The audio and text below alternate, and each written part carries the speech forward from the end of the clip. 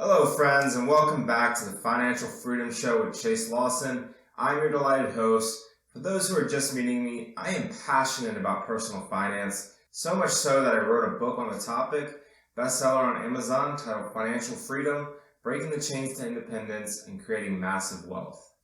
This has been such a fun journey bringing you new episodes each week on different personal finance topics, and as always, my goal is just to make personal finance simple. I am really ecstatic about today's episode. This episode actually came about from a recommendation from one of my listeners who wrote to me and asked me if I could cover this topic. So as always, if there's a topic you want me to cover, I am more than happy to do so. All you have to do is ask. So what topic is it that I'm covering today? Well, today I'll be discussing how to teach your kids about money and finance. So let's get started. So this is actually a really great and super important topic.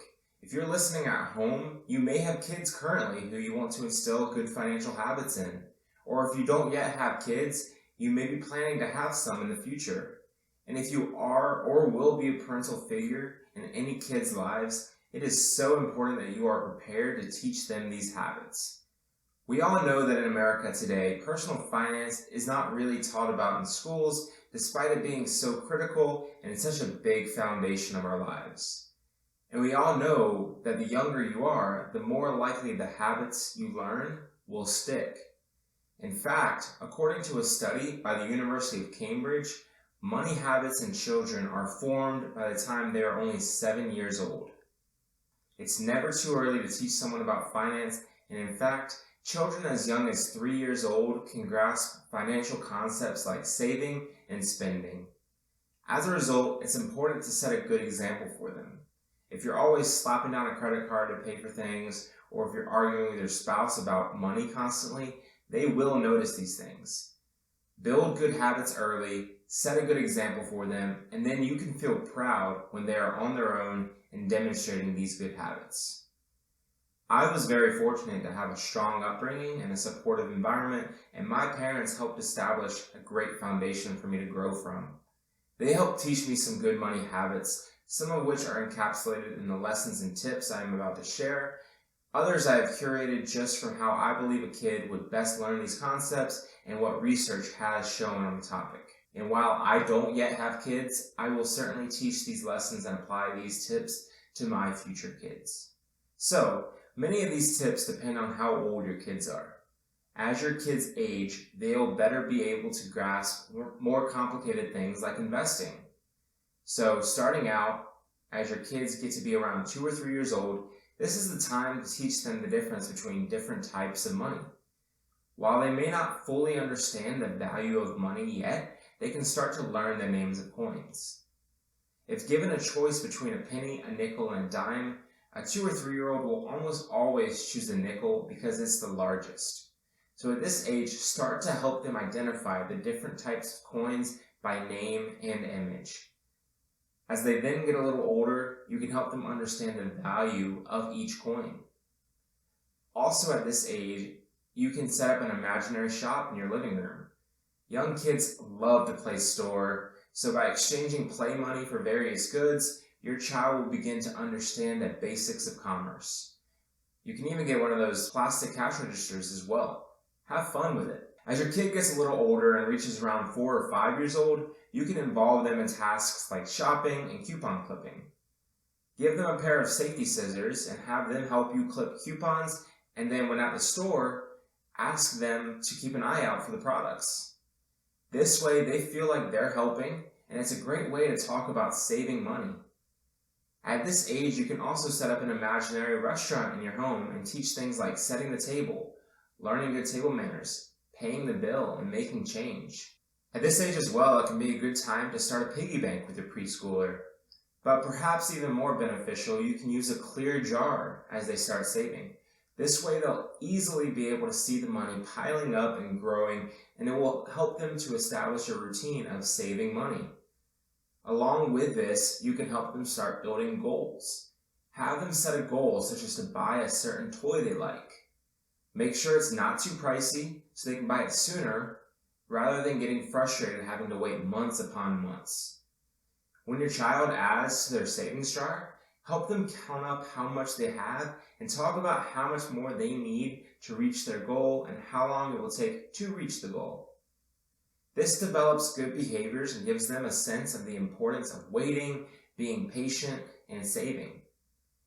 Delayed gratification is such an important skill to grasp, so the sooner your child can learn this, the easier your life will be as well. And when it does come time to buy that toy they've been saving for, help them grab the money out of their jar, take it with them to the store, and then help them physically hand it to the cashier. These real-world teachings will do so much more than any lecture you can give. As your child goes into elementary school, you can then start teaching them even more. At this point, it could be a good time to give them an allowance.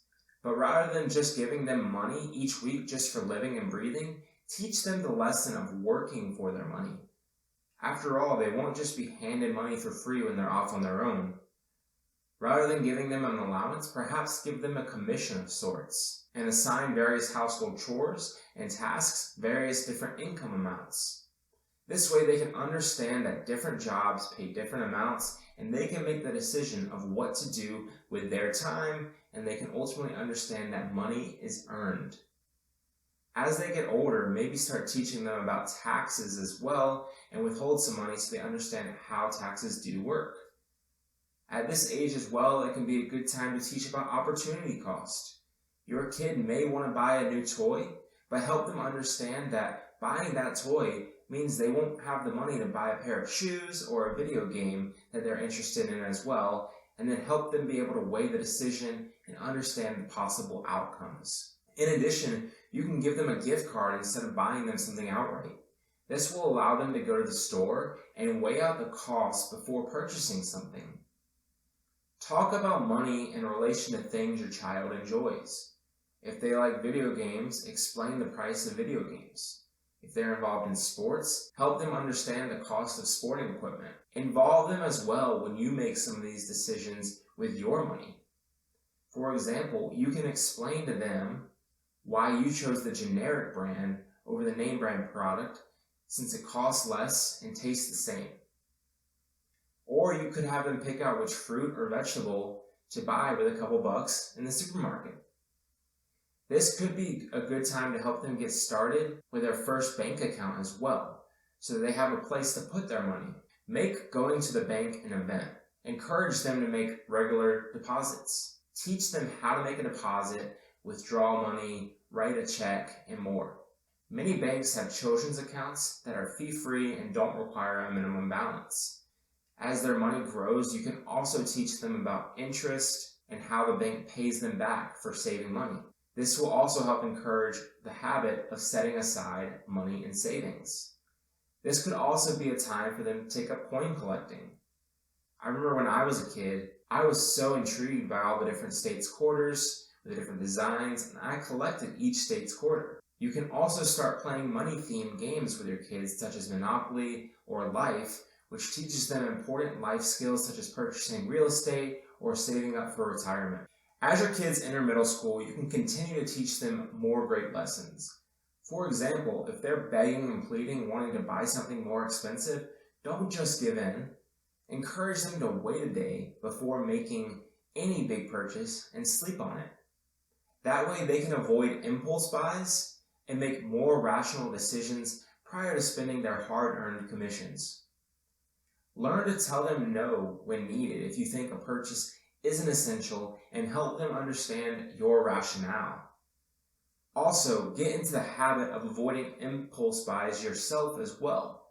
After all, your kids learn habits from you, and they'll often copy what you do. Furthermore, it's important to encourage your children to give back. I remember when I was a young kid and I was with my parents, my stepdad would occasionally give me a couple of bucks to give to a homeless man we saw on the street. I would light up every time I got to do that, so help them understand how big of an impact they can have on others. Let them pick where to give money or time to, whether it's church, a charity, or someone that they know in need. They'll see how big of an impact it has, not only on the person who they're helping, but on them as well. At this age as well, help them comparison shop by reading price labels and help them understand both quality and quantity. You could buy name brand one week and generic the next, and then together discuss the difference and decide if name brand is worth the added cost. You can put them in charge of the annual garage sale as well and help them set value on goods, make decisions, and ultimately haggle with customers. When you go out to eat, have them help you calculate the tip. Good tipping is important, so help them understand what a good tip is and show them how to easily calculate a 20% tip, which is just moving the decimal over one place and multiplying by 2. Now, as they start to become teenagers, you can dive even deeper into further financial concepts.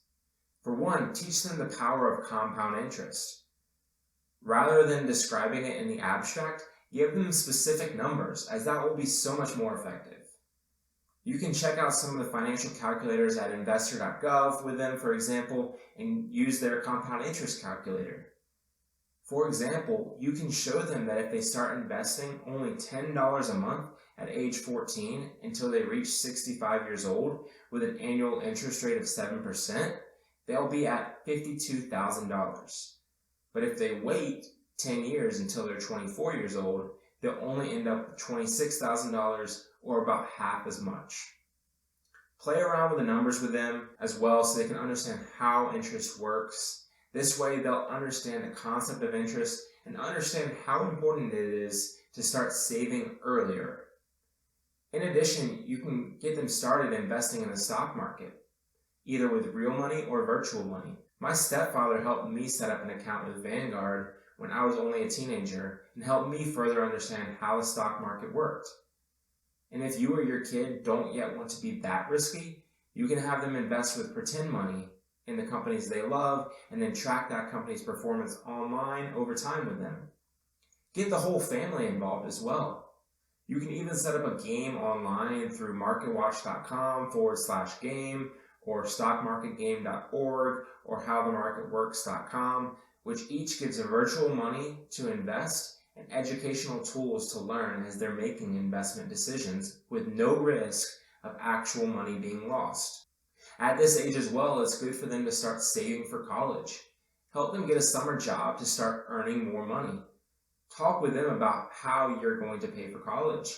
Let them know the dangers of student loans and talk them through alternatives such as community colleges, in-state universities, as well as helping them apply for the millions of scholarships that are out there. By starting this conversation earlier, you can both be on the same page when it comes to what is realistic for you as a family and for them as a future college student. Help them build a simple budget and understand the value a tool like a budget will have as they progress in life and how they need to make decisions about where all of their money goes. This will also teach them the differences between wants and needs. You can even share with them your own family's wants and needs to help further reinforce these ideas. Warn them of the dangers of credit cards and debt and teach them that credit cards should only be used if they can pay off the balance in full.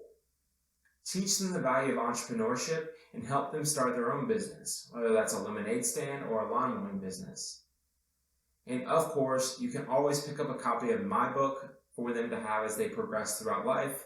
It's written in a way that's easy to relate to and understand important financial concepts and will be a great tool for them to reference throughout their lives. So I hope that helps you get a good idea of how you can go about getting your children started when it comes to money and finances. At the end of the day, make it fun. Look for these teachable moments in your everyday life. Rather than giving them everything, many of these concepts just stem from having a dialogue, helping them realize the impact of saving and giving back, and weighing out opportunity costs and understanding that money is a finite thing and it must be earned and then valued. Thanks so much everyone for tuning in to the Financial Freedom Show with Chase Lawson. I hope you learned something new today and are ready to start applying these concepts in your own life.